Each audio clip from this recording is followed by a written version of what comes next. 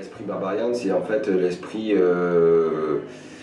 un échappatoire parfois après les grosses pressions que tu peux avoir en championnat, en top 14 dans ton club. Ça te permet d'avoir une soupape de décompression, ça te permet de retrouver un peu le côté universitaire, le côté on va dire école de rugby, camaraderie, copains, sans vraiment de pression, sans vraiment de résultat. Si le résultat, bien sûr que quand tu rentres sur le terrain, tu as envie de gagner, mais la pression n'est pas la même. Et puis de redécouvrir aussi d'autres personnes que tu côtoies dans le championnat, contre lesquelles tu te bats tous les week-ends. Là, tu les retrouves dans un contexte agréable et parfois tu fais de très belles rencontres. Donc voilà, il faut garder cet esprit-là, il faut que ce club se perpétue, il faut que les joueurs aient envie de découvrir les Barbarians. Je pense qu'il y a pas mal de joueurs qui ont été internationaux. Moi, j'ai pas eu la chance d'être international, mais en tout cas, j'ai eu cette énorme chance-là. Et parfois, je croise des potes qui ont porté le maillot d'équipe de France, qui n'ont jamais eu cette chance d'avoir le maillot de l'équipe des Barbarians. Et ils le disent. Voilà, donc ça prouve que le maillot des Barbarians et le club des Barbarians, c'est quand même très, très fort et aux yeux de tout le monde.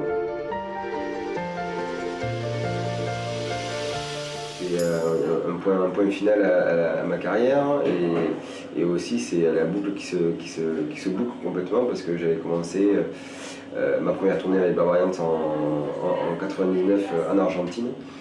Avec les mêmes dirigeants qui étaient là, il y avait Jean-Pierre et Laurent Pardo qui étaient là pour ma première et finir ma carrière quelques années après, finir comme ça c'est fantastique.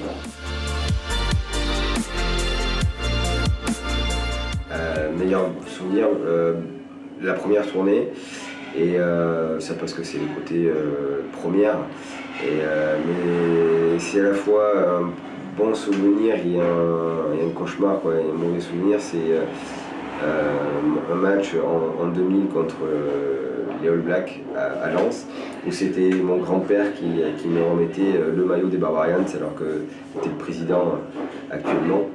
Et donc c'était un moment hyper fort, hyper intense, et presque trop d'émotions. Parce qu'au bout de 2 minutes après le début du match, je me suis malheureusement cassé le tibia. Donc c'était au début, on va dire, des émotions sensationnelles quand un grand-père te remet le maillot des Barbarians. Mais après, voilà. Ouais, j'ai pu découvrir quand j'ai commencé très jeune, à 20 ans, la première tournée, découvrir des mecs qui arrêtaient de 34 ans. J'ai fini avec Christophe Delot qui terminait sa carrière, ou des anciens. Bon, c'est intergénérationnel, donc c'est ça qui est formidable. Donc moi, j'ai fini à 37 ans avec les Barbarians, avec des petits jeunes de 22 ans. Donc on découvre tout le monde et franchement on fait de très belles rencontres et ces rencontres-là, on se voit après en dehors. Donc, et c'est ça qui est fort.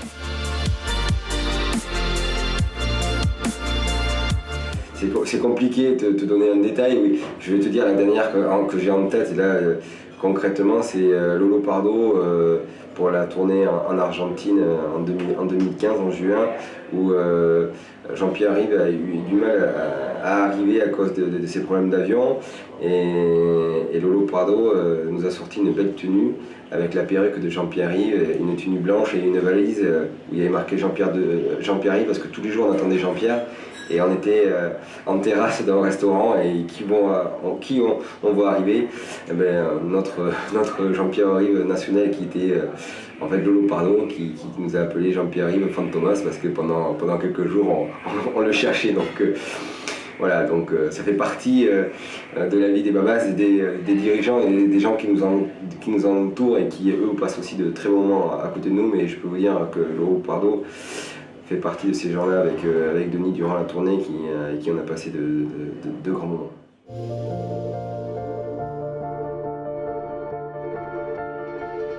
Oui, c'est justement la magie des Babas, on peut faire une tournée ensemble exceptionnelle où on ne se connaissait pas, où on crée des liens en 15 jours, parfois avec ton club tu mets 2 ans avant de créer un groupe et avec les Babas en quelques semaines, en quelques jours, tu as l'impression d'être pote et d'être ami pour la vie, mais c'est pas que des bêtises, quoi. C'est la réalité.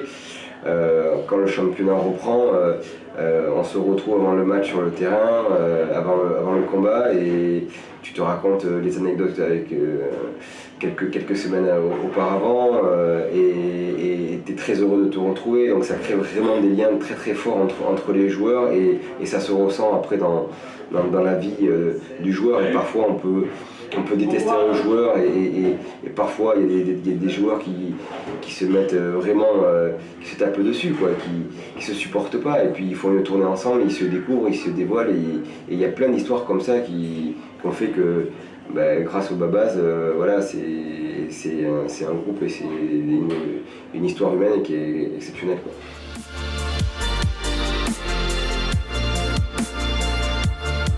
Impliqué indirectement, oui, imprégné complètement, et j'étais toujours en permanence dedans.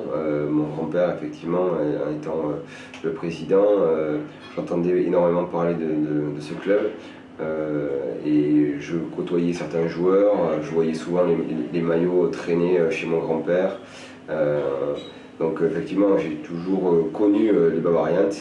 Ce maillot, et effectivement je suis très attaché à ce club et à ses valeurs et tout ce qui peut représenter autour de ce maillot.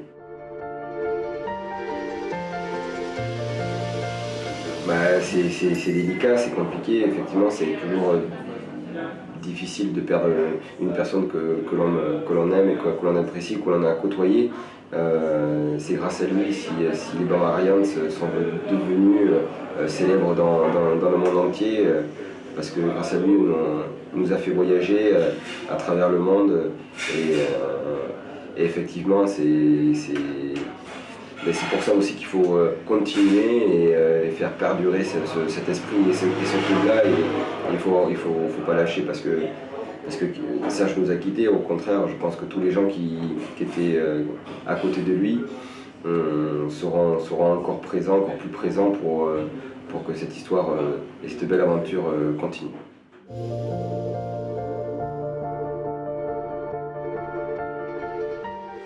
Le français, c'est le côté, on va dire, latin, c'est la salsa, quoi. C'est quelque chose de très léger, folklorique, avec ses traditions, bien évidemment.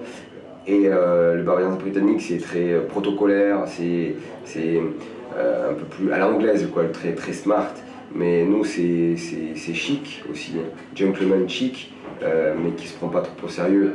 Et je ne veux pas dire que les Bavarians se prennent plus au sérieux, mais en tout cas, c'est le côté un peu plus concentré de l'anglo-saxon, quoi. Mais il dégage énormément de choses quand vous portez le maillot des Bavarians britanniques. J'ai eu cette chance, énorme chance de l'avoir porté à 2 reprises, et je peux vous dire que voilà, c'est un monument également.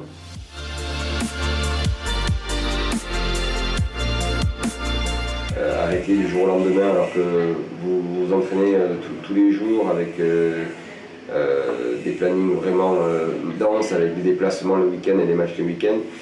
On a besoin d'avoir une après-carrière préparée ou un peu aboutie ou qui commence parce qu'il y a un gros vide derrière. On ne peut pas l'imaginer quand ça ne nous arrive pas, et donc on a besoin d'activité, et effectivement le fait d'avoir commencé une activité avec Canal, ça m'a permis de rester encore au contact des joueurs au bord du terrain, donc ça fait un arrêt, on va dire, moins brutal et plus doux. Et puis j'ai le restaurant à Paris, le Mila, qui me prend du temps, que j'ai construit depuis un certain moment, depuis 7 ans, donc du coup je commençais à préparer l'avenir, et ça me permet d'être plus serein aussi dans ma tête.